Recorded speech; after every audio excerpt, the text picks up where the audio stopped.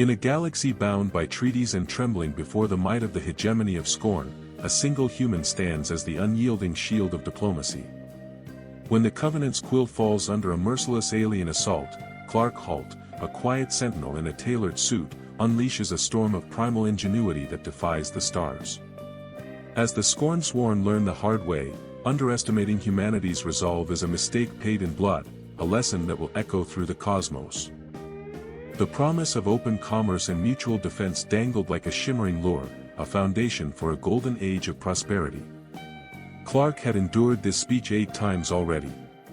He wasn't paid to dissect rhetoric or applaud lofty ideals. His job was to be the blunt, physical rebuttal to problems words couldn't fix. Light years away, across a vast expanse of star-flecked darkness, Victor Null, Ort Arch of the Hedgemen of Skor, gazed at the same unfolding drama. A cloaked drone beamed a live feed into the primary holotank aboard his command ship, the Null Vector. Null's serpentine form glided with predatory elegance, his bioluminescent skin pulsing with swirling patterns of disdain. With a swipe of his four-fingered hand, he summoned a secondary display. Human physiological data streamed by, bone density metrics, muscle-to-mass ratios, vulnerability to rapid G-force shifts. A dry, rasping hiss escaped him, the scorn-sworn equivalent of a sneer. "Observe them, Corella," he said, his voice dripping with contempt. Corella, his second-in-command, loomed nearby, her tetrabrute frame a jagged landscape of scars and muscle. Her lower arms were crossed tightly over her broad chest, while her upper pair wove a silver cord into intricate meditative knots. "Their biology is a mockery," Null continued, gesturing at the holotank. "Porous skeletons, fragile as a child's plaything. They send diplomats to do a warrior's work." His clawed finger tapped the image of Clark, a human sentinel draped in ceremonial garb. "They swaddle their guardians in fabric and prattle of treaties where we demand tribute. Their entire philosophy is a plague, sapping the warrior's spirit."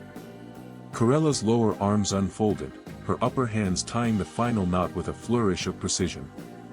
"A lesson is due," she rumbled, her voice like grinding stone. "A definitive one." Null's eyes gleamed with a cold, malevolent light. "Let the galaxy see what happens when these soft, fleeting creatures overstep." His lips curled into a purr. "Commence the culling." Aboard the Covenant, the first sign of doom was a flicker in the lounge's lighting, a brief stutter of illumination. Then came the proximity alert, a piercing wail cut short as if strangled. The third was cataclysmic, the universe itself seemed to wrench the ship apart. Plasma lances from decloaked Scorn-sworn strike craft tore into the Covenant's quill engine block with surgical precision, disabling it in a strike so swift it felt almost disdainful. The inertial dampers groaned, buckled, and gave way, leaving the ship, and its crew, at the mercy of the void. The frigate lurched violently, a wild beast stung by spurs, hurling diplomats across the lounge like ragdolls cast aside in a storm. Ambassador Reagan's cry pierced the chaos, sharp, furious, as she slammed against a bulkhead, the impact stealing her breath. Clark, unyielding, stood firm, his tailored leather shoes gripping the deck like anchors. His body dropped low, a still point in the maelstrom, his mind a razor-sharp machine, already calculating attack vectors, weapon signatures, and time to impact. 25 seconds, maybe less. The tortured scream of metal confirmed his math. Armored boarding pods, sleek and venomous, tore through the hull in 3 places, their needle-nosed menace embedding deep. Crimson emergency lights flooded the corridor beyond, bathing the scene in a pulsing, blood-red glow. Each strobe revealed chaos, the green snap of plasma discharges, the ragged, dying gasps of the ship's security team. They were good soldiers, armed with standard-issue pulse carbines, but they were outmatched, bringing logic to a slaughter. The galaxy's most merciless fanatics didn't negotiate. The lounge doors hissed, then exploded inward with a bone-rattling concussion, magnetic clamps shattered. Scorn-sworn commandos stormed in, their ash-gray armor etched with sigils of disdain, moving with the lethal grace of predators. Plasma rifles swept the room, carving disciplined arcs of fire. Their leader, his helmet a polished, skull-like mask of non-reflective black, surveyed the wreckage, terrified attaches cowering behind toppled furniture, Ambassador Reagan defiantly rising to her feet, and Clark, calm, solitary, in his immaculate business suit. The commando's voice crackled through his helmet speaker, a metallic rasp dripping with scorn. "Your treaty is rescinded. On behalf of the hegemony of scorn, I demand your unconditional submission." Clark moved before the word submission faded, his motion fluid, inevitable. One heartbeat, his hands hung empty at his sides, the next, a sidearm materialized in his grip. No sleek energy weapon, it was a brute of a pistol, a kinetic beast dubbed the Shield Popper. Built for one purpose, to punch through anything that dared stand whole. Loaded with dense-core tungsten carbide rounds, it fired at hypersonic speeds. The pistol roared twice, each shot a gut punch to the air, raw and primal, driven by chemical propellants and unforgiving physics. The two commandos flanking the leader wore personal energy shields, shimmering fields designed to scatter plasma and laser fire. Useless against solid slugs. The rounds tore through their shields like tissue paper, shredded their advanced composite armor, and reduced the zealots within to a fine, superheated mist. Two of the galaxy's most feared warriors crumpled to the deck, their menace extinguished in an instant. Clark's eyes locked on the skull-helmed leader, the shield popper steady in his hand. The room held its breath, the weight of his defiance a challenge to the hegemony's arrogance. In that frozen moment, one truth burned clear: this was no surrender. This was the opening move in a war that would shake the stars. Their advanced systems, utterly negated by a principle of violence their distant ancestors had likely discovered by hurling rocks with unbridled enthusiasm, left the remaining commandos frozen in a fatal logic error of half a second. What just happened? In that razor-thin sliver of time, Clark was already moving, a shadow uncoiling with lethal grace. He shoved a heavy, ornate desk forward, its grab plates shrieking across the floor like a banshee's wail, transforming it into an improvised mobile wall of cover. He vaulted over it just as a storm of green plasma turned the antique wood into a bubbling puddle of molten slag. Landing in a predator's crouch, his left hand snatched a hefty glass data slate from a nearby console. With a savage flick, he hurled it like a discus, the crude attack slicing through the air, unexpected, primal. An alien brain, conditioned for energy weapons and precision firefights, registered the spinning chunk of office equipment and flinched in bewildered instinct. The lead commando raised a gauntlet to deflect it. That split-second hesitation was all the invitation Clark needed.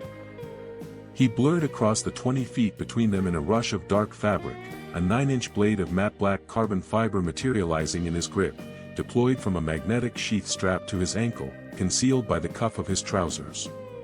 He didn't go for the kill, those blows were inefficient, sloppy. Instead, he drove the knife straight into the power conduit snaking along the outside of the commando's plasma rifle, severing it in an explosive shower of blue sparks.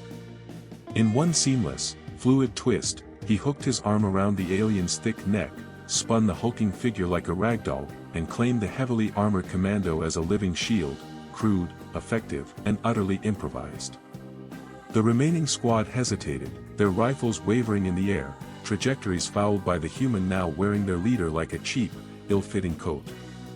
"Drop your weapons," the captured leader gurgled through a chokehold laced with pure, unfiltered panic, a command born of desperation, not authority. They were professionals, elite killers forged in the fires of fanaticism, and that zeal trumped their training every time. They opened fire without a whisper of doubt.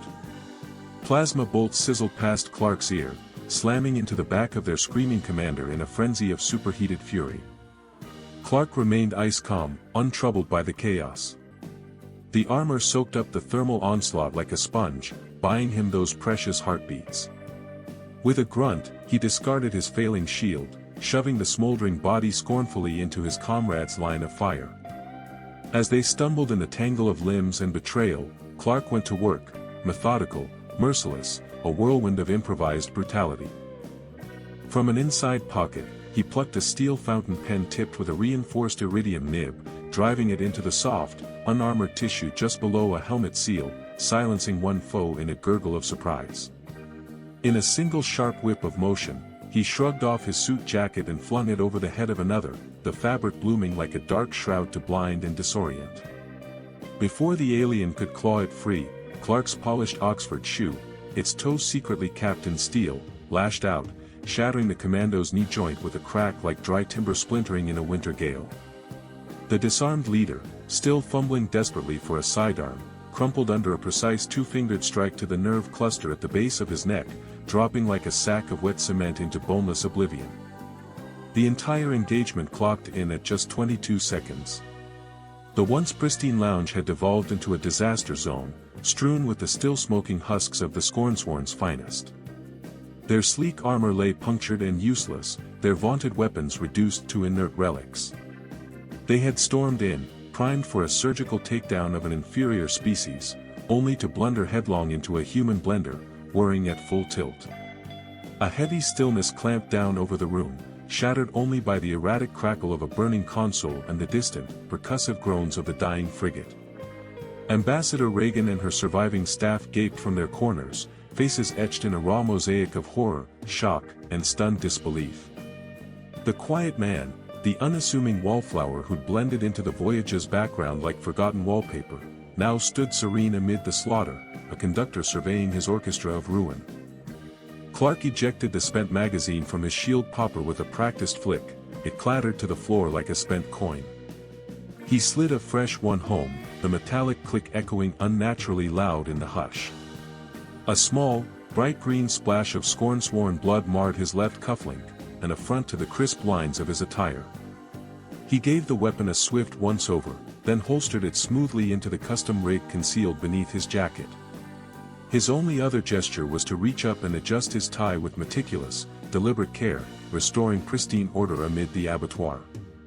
That simple act, the effortless pivot back to buttoned-up professionalism in the heart of carnage, chilled deeper than the violence itself, reminder that true monsters dressed for dinner. Ambassador Reagan's voice clawed its way out, raw and jagged, her polished diplomatic veneer shattered like fine crystal under a sledgehammer. Halt! What are you? Her words trembled in the air. Clark turned, his face as inscrutable as a classified dossier, eyes cold and unyielding. Your security detail, Madam Ambassador, he replied, his tone flat, almost mechanical. The immediate threat is neutralized. Aboard the Vector Null, its commander, Victor Null, stared at the helmet cam feed flickering on his console. The footage blurred, a flash of dark fabric, a deafening gunshot, then nothing but static. Report, he barked into the command channel, his voice a whip crack of authority. Team Alpha, report. Silence. Team Bravo, status. A frantic transmission broke through, the voice of a Scornsworn soldier gasping, hyperventilating. Plasma fire screeched in the background. Pulling back. Sector Gamma's a slaughterhouse. It's one man. One man. A void demon in tailored cloth. The feed cut to the hiss of deep space. Null's eyes locked on the static-filled screen, his arrogance, the iron foundation of his empire, crumbling into disbelief. That disbelief curdled into a cold, personal fury, a venom he hadn't tasted since his days as a scrappy whelp in the trading pits. The words echoed across his pristine command bridge, a void demon in tailored cloth. The Covenant's quill, battered and limping, docked at Port Ant, a neutral station carved into the fossilized skull of a cosmic leviathan that once mistook nebulae for plankton. Port Ant was a maze of bone and chrome, a glittering den where fortunes were forged, lives were snuffed out, and the law was just another commodity on the black market. It was the kind of place where you could vanish without a trace, or have your throat slit for pocket lint. In the ship's medbay, Clark loomed over a captured Scornsworn soldier, the one he dropped with a precise nerve strike. The alien spat curses in a tongue like grinding glass, its defiance as sharp as its venom. Clark didn't care about motives or grand schemes. He didn't care who'd hired the hegemony of Scorn. He cared about one thing, actionable intel. I need the frequency for your hegemon's operational comms channel, he said, his voice calm as a still sea. He held a med scanner, its diagnostic beam dancing over the alien's paralyzed form. The Scornsworn spat a glob of green acid that sizzled on the deck. Die, soft flesh. Clark sighed, switching the scanner's beam to a low-power surgical laser. Your species has a secondary brachial nerve right here, he said, aiming the beam just below the alien's armpit. One slip, and you lose motor function in that limb. Permanently. The alien's eyes widened, its bravado cracking. 5 seconds of silent, brutal persuasion later, Clark had the frequency. He left the Scornsworn to stew in its defeat and tapped into the channel on a secured datapad. A Priority 1 broadcast from Victor Null himself looped, his copper-skinned face twisted with rage, addressing every bounty hunter and mercenary crew in the sector. The contract on the human diplomatic mission is amended, Null snarled. The bounty is quadrupled. But there's a new clause. A holographic image flickered beside him, a grainy, stabilized shot from a commando's helmet cam, capturing a man in a dark suit, moving with unnatural speed, his face obscured. A personal bonus. A king's ransom for the head of this unidentified human operative. The hegemony of Scorn has been dishonored. This is no longer business. This is creed. Clark watched the message, his expression a mask of stone. He'd just become the most hunted man on Port Ant, and the most valuable. Perfect. It sharpened the mission's edges, clarified the stakes. Inside a diplomatic suite nestled in one of Portland's massive fossilized eye sockets, the air was thick with tension, heavy enough to choke on. The suite was lavish, funded by the diplomatic corps, but it felt like a gilded trap. We must fortify our position, a junior attaché stammered, his face pale as bone. Barricade the doors. Demand station security. Ambassador Reagan, her composure now a blade honed to a razor's edge, shook her head. Portland Security is a private enterprise. They'll sell us to the highest bidder. No.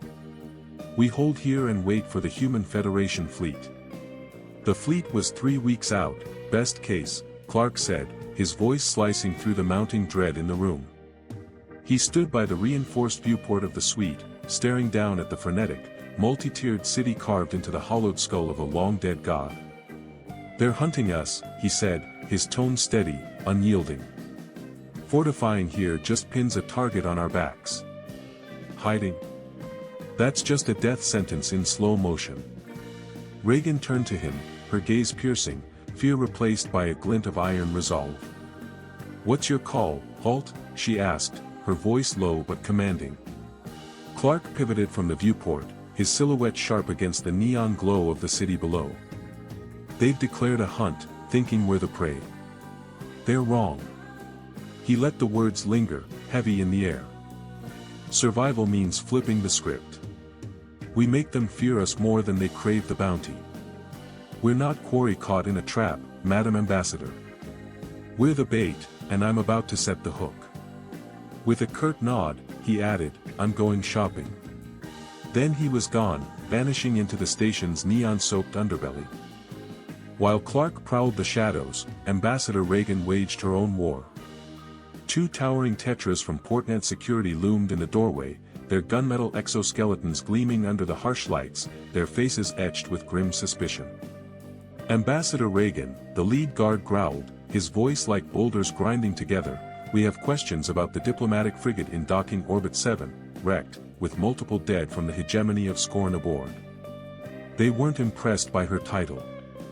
In the lawless heart of the galaxy, diplomacy was just a polite prelude to a brawl. Reagan, though, was in her element. She flashed a smile sharp enough to cut glass and gestured to chairs they couldn't possibly fit into. Of course, Chief, she said, her voice dripping with feigned disappointment. I was just drafting a formal grievance about this station's deplorable security. That a Scornsworn death squad could operate so brazenly under your watch. Frankly, it's shocking. It raises serious doubts about Portland's credibility as a neutral port. The guards shifted, their antennae twitching nervously. Reagan pressed on, her tone sharpening to a legalistic edge. Furthermore, under Clause 19, subsection Gamma of the Pan-Galactic Diplomatic Immunity Accords, any investigation involving a credentialed envoy must include a representative from their home government. I note your human co-chair is absent, an unfortunate oversight, I'm sure. For 10 relentless minutes, she wove a tapestry of bureaucratic warfare, citing treaties that might not exist, inventing regulations on the fly, and hinting at the bureaucratic nightmare a formal complaint from the rising Human Federation would unleash. Paperwork, she implied, that would drown Portent's administration for years. She gave no ground, answered none of their questions, and buried them under a deluge of her own. The guards left bewildered, frustrated, and half convinced they were the ones in trouble. Reagan hadn't fired a shot, she'd won with a thesaurus and a will of steel. Portent was a vertical labyrinth of breathtaking chaos. 1,000 species stacked atop one another, where atmospheric condensers dripped endless rain that shimmered in the glow of holographic ads hawking everything from gene splicing to pangalactic noodles. The rain's hiss blended with the sizzle of street vendors' grills and the chaotic murmur of a dozen alien tongues. Clark moved through it like a ghost. His plain dark suit should have made him stand out among the garishly armored mercenaries and flamboyantly robed aliens. Instead, it was so out of place it became invisible. People scanned for armor, weapons, or predatory stances. Clark offered none. He looked like a man who'd taken a disastrously wrong turn. But he was listening. In smoke-choked cantinas, he siphoned whispers from information brokers. He traced the digital tracks of bounty hunter crews logged into the local guild network, cross-referencing their movements with station schematics. Every step, every glance, was deliberate. Clark wasn't running. He was hunting. And in the lawless sprawl of Portent, he was setting the stage to turn the hunters into the hunted. Null's bounty had stirred a hornet's nest, and the station buzzed with hunters itching for a shot at the man in the suit. They trapped him in a grimy maintenance alley, the air heavy with the stink of scorched circuits and stale, recycled water. A full squad closed in, a Goliath of basalt, a silicon-based behemoth with fists like small asteroids, 2 Skitterman skirmishers, their curved blades glinting with malicious intent, and a reptilian sniper perched on a gantry above, his scope trained on the scene. Nowhere to run, suit, the Goliath rumbled, his voice a low, earth-shaking growl. Clark didn't flinch. He drew his shield popper and fired. The hypersonic round caught a Skitterman mid-lunge, slamming it into the far wall with a bone-rattling crash, leaving a crater in the metal. He swung toward the Goliath, squeezed the trigger, and heard only the hollow click of an empty chamber, the slide locking back with a metallic sigh. He'd burned through his last 3 magazines, clearing out earlier ambushes in the station's lower conduits. This was it. His movements flowed like water. The failed shot blended into a flick of his wrist, ejecting the empty magazine and hurling it at the Goliath's face. The giant flinched, swatting the projectile aside, but that split-second distraction was all Clark needed. In one fluid motion, he snatched a shock maul from the corpse of a fallen station enforcer, a casualty of some unrelated chaos. The fight became a brutal dance of survival. The second Skitterman lunged, its blades a silver blur. Clark parried with the maul's shaft, the impact jarring his arm, then drove the electrified head into the alien's chest. It convulsed and collapsed in a twitching heap. A searing red bolt from the sniper's rifle scorched the wall where Clark's head had been a heartbeat earlier, molten metal hissing in its wake. Clark dove behind a pile of refuse as the Goliath charged, its massive fist swinging to crush him. He didn't block, he ducked, letting the blow sail overhead, and rammed the maul's handle into the Goliath's kneecap. Silicon crunched, and the giant roared, staggering. Clark pressed the advantage, slamming the maul's head into the Goliath's plasma pistol, shorting it out with a crackle of sparks. As the beast reeled, Clark locked its arm in a joint hold, forcing it to its knees with a bellow of agony. In the same seamless motion, his free hand deftly unclipped a secure data pad from the hunter's belt, a move so subtle it barely registered amidst the chaos. He left them broken and groaning in the alley. Killing them would have been business as usual. Letting them live to spread the tale of their defeat by an unarmed man in a suit. That was marketing. Clark frowned, noticing a long, ugly tear in his trouser leg. Unprofessional. The encrypted data pad was his prize. He cracked its shoddy bounty hunter-grade security in minutes, tracing the payment trail to a scorn-sworn lieutenant holed up in a lavish penthouse suite atop the station's spire. Clark's infiltration was a masterclass in stealth, slipping through a maintenance shaft and a service elevator to bypass the suite's defenses. The lieutenant, a wiry scorn-sworn with twitchy, shifting eyes, didn't notice him until the balcony door slid open. Clark stepped inside, rain dripping from his suit onto the pristine white carpet. The interrogation wasn't about pain made people lie. It was about leverage. Clark extracted everything: Null's primary base, a fortress carved into a spinning asteroid called the Shard, fleet dispositions, security schedules, patrol routes.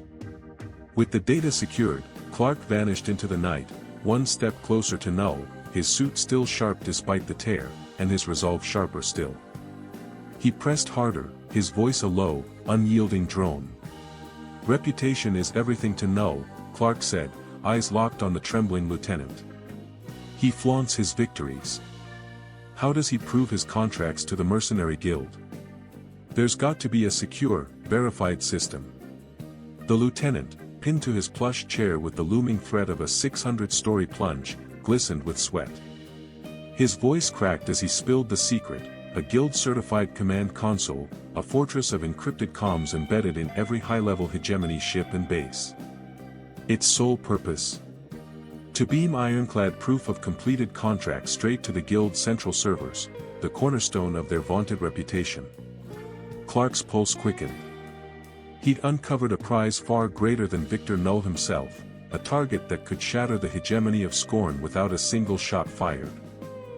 That night, he slipped back into Reagan's suite, a shadow melting into the penthouse as silently as he'd entered. Bruised, with alien grime streaking his cufflink, he carried the weight of his discovery. Reagan, ever composed, didn't pry. She simply slid a sterile medpack from a diplomatic first aid kit across the table. Clark acknowledged her with a curt nod, pressed the pack to a gash on his hand, and launched into his report. Their dynamic had shifted, partners now, bound by a shared conspiracy. "I'm heading to the Shard," Clark declared, spreading a schematic of the asteroid base across the table. "And I need a ship." Reagan didn't flinch. Her fingers danced over a secure tablet, accessing hidden accounts. "The diplomatic corps has discretionary funds for first contact scenarios," she said, a wry smile curling her lips. "Unvouched operational assets. This qualifies." They descended into Porton's underbelly, a labyrinth of grimy shipyards and chop shops where the air reeked of molten metal, caustic solvents, and desperation. Their contact awaited in a cluttered workshop, surrounded by alien engine parts. Glitch, a biomechanical being with 4 multi-jointed arms whirring across 3 projects at once, was a sight to behold. Reagan shed her diplomatic sheen and dove into negotiations with the finesse of a street hustler. She haggled over fuel efficiency, sensor cloaking, and aftermarket weapon mounts, outwitting Glitch, a notorious swindler, at his own game. By the end, even he couldn't hide his grudging respect for the human in the pristine travel suit. They didn't just secure a decommissioned Scorn-sworn fighter, a battered relic that looked like it had brawled with an asteroid field and lost. For a steep price, Reagan also bought Glitch's expertise for a single work cycle. Spitting a stream of lubricant into a drain, Glitch's synthesized voice rasped, "You get me for 10 hours. Best off-the-books mechanic you'll find. You want a ship that flies or one that fights?" Clark eyed the freighter, then Glitch. "Neither," he said, his voice cold and certain. "I want a bomb with a cockpit." In a secluded hangar bay, funded by Reagan's credits, their plan began to take shape, a weapon disguised as a ship, ready to strike at. The air crackled with the sharp tang of ozone and scorched metal. Clark, the mastermind of chaos, stood at the helm of destruction. His partner, Glitch, a brooding yet brilliant engineer, was his perfect tool. "Strip the cargo stabilizers and inertial dampeners," Clark ordered, his voice cold and precise. Glitch's optical sensor swiveled, locking onto him with a mechanical hum. "It'll tear itself apart if you try to turn." "It's only making one turn," Clark shot back, his eyes glinting with reckless intent. "Reroute all auxiliary power to the primary drive core. Everything, life support, secondary weapons, shields. Feed it all to the engines." Glitch's manipulator pincers clicked in what might have been irritation, or grim amusement. "You're building a kinetic missile." With plasma cutters shrieking like wounded beasts, he set to work. The freighter's innards were gutted, its systems rewired into a configuration that spat in the face of every safety protocol. For the final touch, Clark unveiled a field emergency insertion kit, a relic scavenged from one of Glitch's shadowy contacts. It was a single-person ejection pod, armored like a pocket-sized warship. Together, they bolted it to the bulkhead behind the pilot's seat. Glitch wiped grease from his brow with a cleaning appendage, his voice low. "This is insanity. You're going to die." "No," Clark said, inspecting the pod seals with a predator's focus. "I'm planning a violent, survivable insertion. Suicides for amateurs." Using stolen lieutenant's codes, the battered freighter limped toward the shard, broadcasting its false credentials like a wounded bird squawking for home. Inside his lavish command center, Victor Null watched the approaching ship, a cruel smirk curling his lips. "So," he purred to his tactical officer, "the little human found one of our old toys. Thinks he can slip in wearing our colors." His laugh was venomous. "Let him get closer. Scramble a welcoming party. I want him alive. I want to see the fear in his eyes as I tear him apart." A squadron of sleek Scorn-sworn fighters launched, their engines flaring like angry wasps. Clark didn't flinch.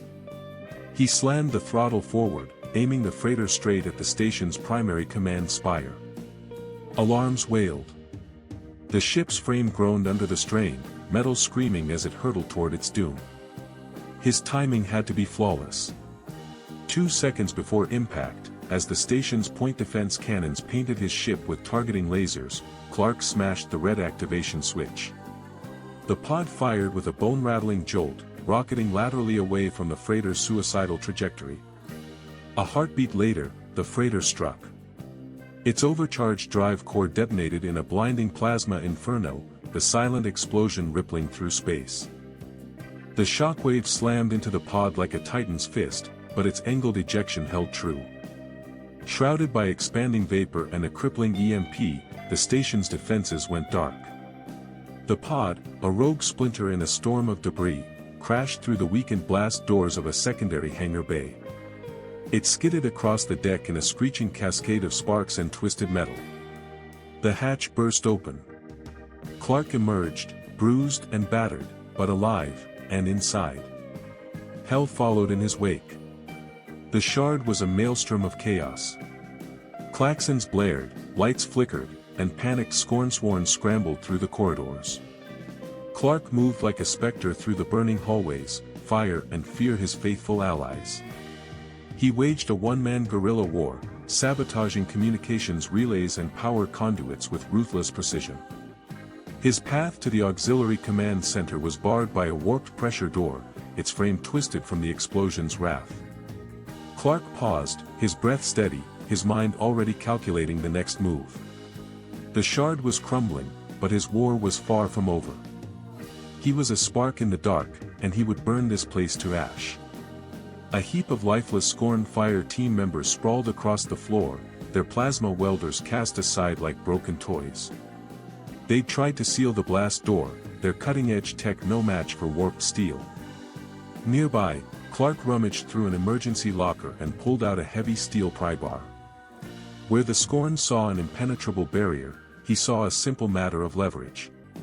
Wedging the pry bar's tip into the door's seam, he threw his full weight into it, muscles screaming under the strain.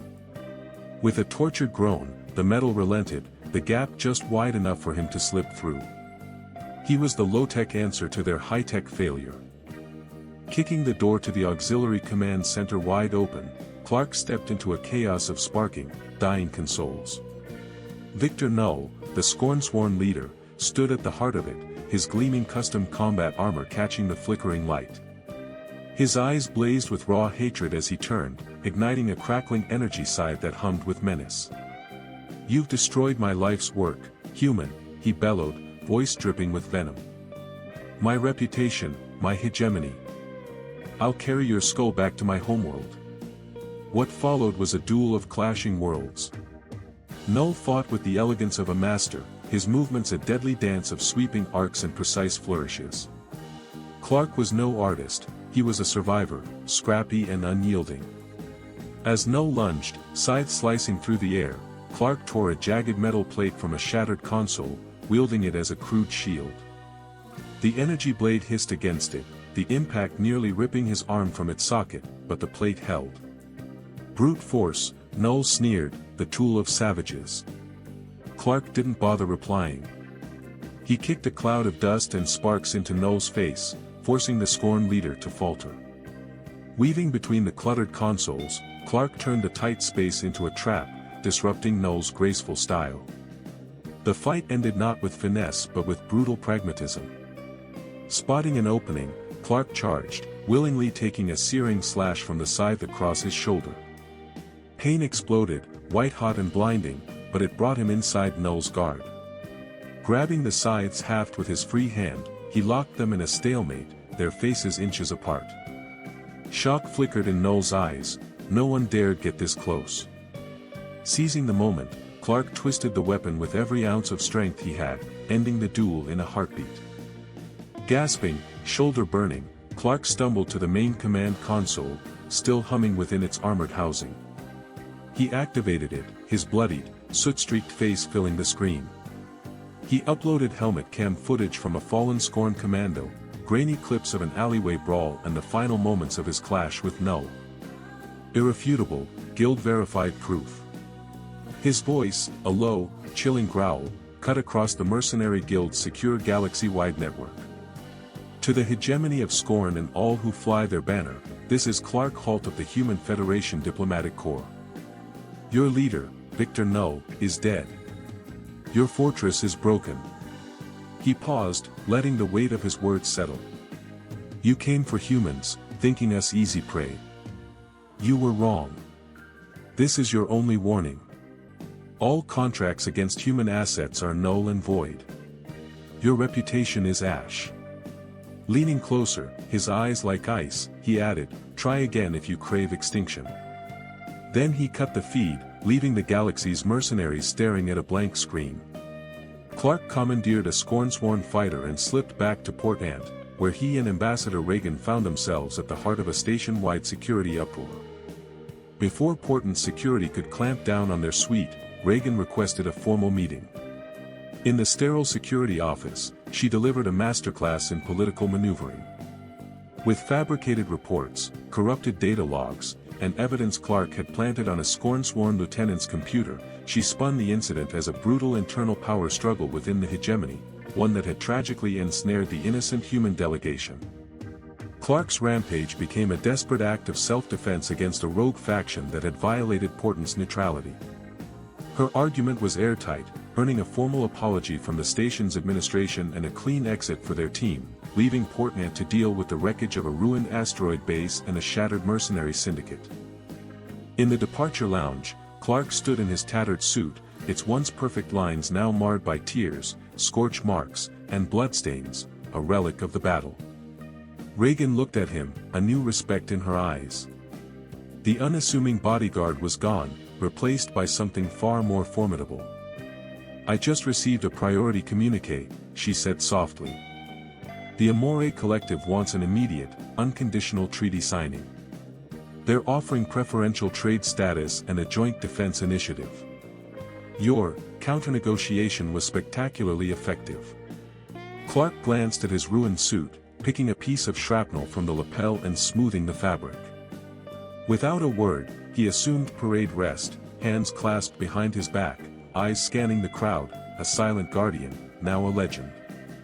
Months later, in a grimy bar on the galaxy's edge, a hulking Gorgon bounty hunter, his face like a sack of shattered shells, jabbed a clawed finger at a holographic contract board. "That one," he growled, pointing to a human industrialist near the whispering chasm of Glaze 581. "Easy money." His partner, a wiry skitterman with twitching whiskers, shook his head. "No way. Not that one." The Gorgon scoffed. "Why not? Humans are soft. Fragile." The skitterman leaned in, his whisper cutting through the suddenly hushed bar. "Because no contract on a human is easy anymore. Haven't you heard about the Covenant's quill? The hegemony of scorn? They say one man took down Victor Null and his entire fortress. Just one.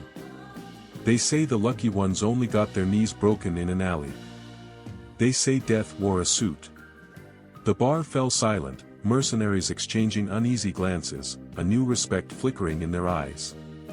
The Gorgon slowly withdrew his finger from the contract. Humanity's reputation had been forged, not in treaty rooms with ink and paper, but in the void, with blood and tailored fabric. Conclusion. The galaxy learned a new truth that day: humans were no mere diplomats or fragile prey. They were a force of relentless adaptation, wielding low-tech ferocity and unyielding will to shatter the arrogance of empires. Clark Halt, the man in the tattered suit, became a whispered legend, a void demon who turned hunters into hunted and rewrote humanity's place among the stars. From the ashes of the shard to the uneasy whispers in every mercenary den, the message was clear: cross a human, and you court extinction.